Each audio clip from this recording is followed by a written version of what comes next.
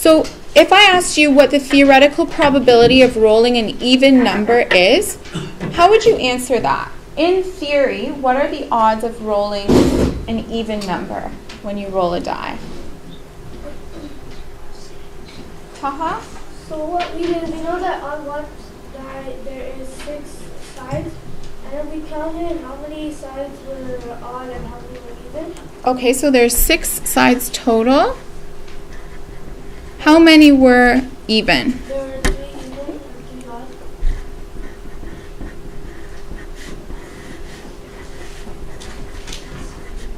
What did you do next? So well, we know that this is equal to 1/2 because we used to have a 6.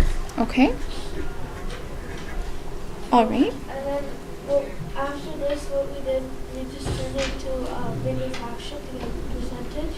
So we multiplied that by 50.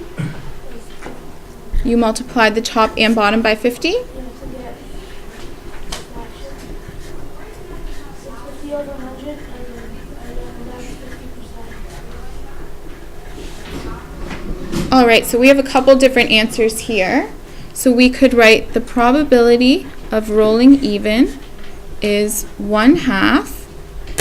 Oh.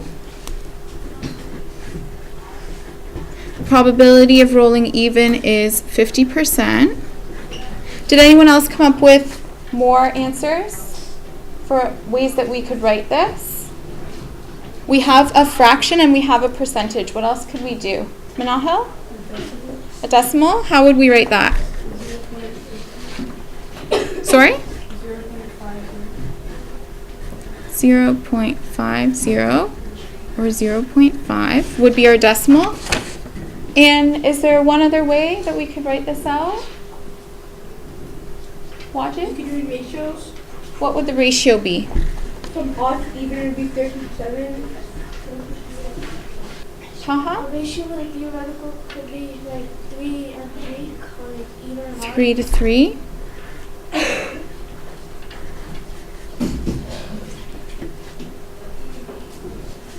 Okay. All right, so can anyone share with us their experimental results up here and how you recorded them? So we're just going to take a look at these results. They're not going to be the same as yours, but I want to focus on the ways that we can record the information. Hi. So basically, we got even, we got 10 for odd, and for even we also got 10.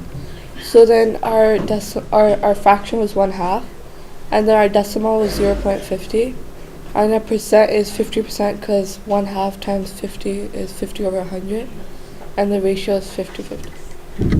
Okay. So you did a fraction, a decimal, a ratio, and a percent. Perfect. Thank you. So Manahil's results were the same as the theoretical. Were anyone's results different from the theoretical probability? Or did everyone roll 10 even and 10 odd? Mahed? We rolled 9 even and 11 odd, and then we did 9 over, so then we rolled out of 20, so then it was 9 over 20. And then we knew that 20 times 5 equals 100, so we did 20 times 5, and then for 9 times 5 we got 45, and then we got a percentage of 45%, and then decimal was 0.45, and then we did the same thing to the odd numbers. We got 55%, or in decimals we could say 0.55. Okay, awesome. And did you do a ratio as well? Oh, no, we never did. Don't? Can anyone figure out how we would record a ratio for this information?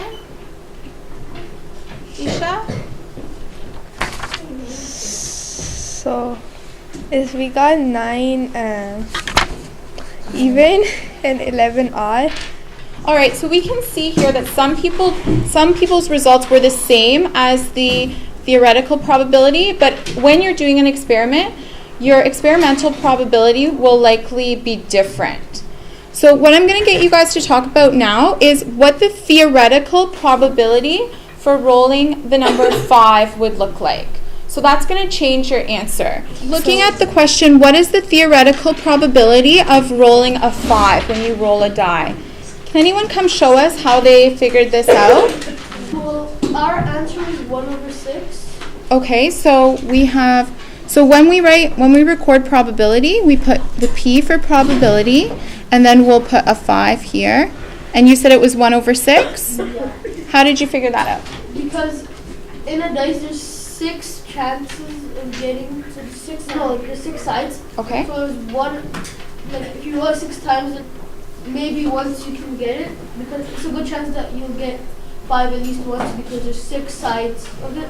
Taha, did you want to add to that? Another easier way is that there's 6 sides and there's one side that has 5. Right, so there are 6 sides in total, and one side is a 5. What other ways could we record that?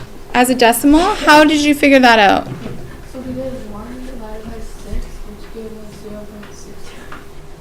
0.6. 16? 0.16 and then 6 is 7. All right, so when we put a line over top, it means the 6 continues on. So then now we have our decimal. What would our percentage be? And how could we figure it out?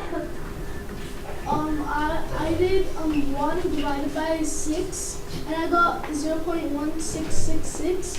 So I rounded it off. I got same answer as that, so I rounded it off to 17. Okay, so you left off at 0.17. So I got 17%. 17%? How did you get from 0.17 to 17%? Because percentage is always out of 100. Okay. So that's basically like 17 out of 100. So I know that it's out of 100, so I did the 17 over 100, which would be 17%. Taha?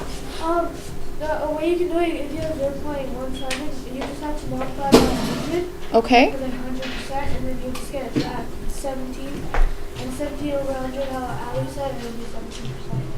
Perfect. Awesome. And I can think of one other way that we could show this. What else could we do?